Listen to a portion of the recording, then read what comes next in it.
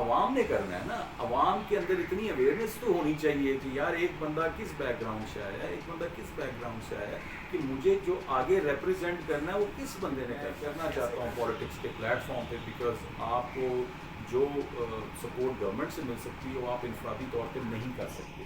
میرے بہت سے پلانز ہیں, بہت سے میرے ویژنز ہیں علاقے کے لیے بھی, جو کہ میں تبھی پرفارم کر سکوں گا جب میں خود پالیٹکس میں ہوں گا. میں کسی کے کو پرسنلی تنقید نہیں کروں گا. مجھے نہیں پتا کہ ان کی ایمبیشنز کیا تھے, وہ پالیٹکس میں کرنے کیا آئے تھے اور کر کیا رہے تھے. وہی اس کا رائٹ ہے, حق ہے اس کا کہ وہ الیکشن, اس میں کسی کو ناراض نہیں ہونا چاہیے کہ یہ فلاں بندہ الیکشن میں کیوں کھڑا ہو گیا, کیونکہ یہاں یہ بھی سننے میں آتا ہے کہ فلاں بندہ الیکشن میں کیوں کھڑا ہو گیا. السلام علیکم ناظرین, میں ہوں آپ کا ہوسٹ عباس انجم چوہان اور آپ دیکھ رہے ہیں میرا پروگرام عوام کی آواز. تو آج ہم آئے ہیں یہاں ہمارے پیر صاحب پیر سید علی کامران کرمانی صاحب. ان کے بارے میں ایک چھوٹا سا مختصر تعارف کروانا چاہوں گا ہر اس نوجوان کے لیے کہ جو اپنی زندگی میں اپنے پاؤں پہ کھڑا ہو کر سکسیزفل ہونا چاہتا ہے. تو اس کے لیے پیر سید علی کامران کرمانی صاحب ایک بہت بڑا نام ہے, ایک بہت بڑی پہچان ہے. جیسا کہ انہوں نے اپنی ابتدائی تعلیم تو پاکستان میں حاصل کی, لیکن اس کے بعد وہ امریکہ میں چلے گئے. وہاں پر نہ صرف اپنی تعلیم مکمل کی بلکہ ناظرین وہاں پر پاکستان کا ایک ایسا شاہین بچہ جو ہے وہ ثابت ہوئے کہ انہوں نے وہاں پر بہت زیادہ نام کمایا, بہت زیادہ پیسہ کمایا اور الحمدللہ آج بلند و بالا شان و شوکت کے مالک ہیں. اگر میرا کیمرہ مین دکھا سکے تو یہاں میرے خیال میں پاکستان, پورے پاکستان کے اندر چند ایک گاڑیاں ہوں گی جو ان کا شوق ہے, جو انہوں نے اپنی محنت سے, محنت شاقہ سے انہوں نے بنائی, انہوں نے حاصل کی. ویسے بھی یہ سید فیملی ہے, سید گھرانہ ہے, زمیندار گھرانہ ہے. یہ آباء و اجداد کے طور پر اتنے ماشاءاللہ اسٹرانگ بیٹھے ہیں. کرمانی فیملی ہے, بہت بڑا سلسلہ ہے. حضرت داؤد بندگی سرکار کے طرف سے بھی ان کا ایک بہت بڑا ایک پس منظر ہے, ایک بہت بڑا جو ہے وہ نام ہے. تو آئیے ہم ان کے پاس جو ہے وہ آج آئے ہیں, ان کی زبانی ہم جانتے ہیں کہ ایک عظیم سپوت سید ممتاز حیدر کرمانی صاحب کے سید علی کامران کرمانی صاحب, جنہوں نے ریسنٹلی ایم پی اے کے الیکشن کا اعلان کیا ہے, کانٹیسٹ کیا ہے. میں نے 2-3 دن پہلے ہی ان کی پوسٹ جو ہے وہ ریڈ کی اور آپ کو پتہ ہے کہ میں آپ کے سامنے نئے چہرے, نئے انکشافات اور نئی باتیں لے کے آتا رہتا ہوں. تو آج میرے ساتھ آپ کے ہی علاقہ کے ایک ہر دل عزیز پرسنالٹی سید گھرانے سے سید علی کامران کرمانی صاحب, امیدوار صوبائی اسمبلی حلقہ پی پی 187 موجود ہیں. السلام علیکم جی پیر صاحب. وعلیکم السلام. پیر صاحب کیسے مزاج ہیں آپ کے؟ آپ کی دعائیں, شکر الحمدللہ. ماشاءاللہ جی. سب سے پہلے تو آپ کو مبارک ہو کہ آپ ایک بہت عجیب سی سچویشن سے نکلے ہیں. تو اللہ تعالیٰ نے آپ کو صحت یابی دی ہے. آپ عارضہ دل میں مبتلا ہو گئے تھے تو اللہ تعالیٰ نے اس میں آپ کو بڑی کامیابی دی ہے. تو سب سے پہلے تو آپ کو مبارکباد ہے اس کی کہ آپ کو اللہ تعالیٰ نے کامیابی دی اور آپ کو صحت کاملہ عاجلہ دی ہے. دوسرا پیر صاحب, ہمیں ذرا تھوڑا سا مختصر تعارف دیجیے گا کہ آپ نے ابتدائی تعلیم کہاں سے حاصل کی اور اس کے بعد آپ نے اپنی تعلیم کہاں پر مکمل کی. سب سے پہلے تو میں اپنے علاقے کے لوگوں کا شکر گزار ہوں, اپنے بھائیوں کا, اپنی بہنوں کا, بیٹیوں کا, بیٹوں کا, جنہوں نے خاص کر کے میرے لیے دعا کی اور مجھے اللہ تعالیٰ نے اس کے سلسلے میں صحت بخشی. تو اب آپ کا جو دوسرا سوال ہے کہ میں نے ابتدائی جو تعلیم ہے وہ میں نے 1986 سے ایچسن کالج سے حاصل کی.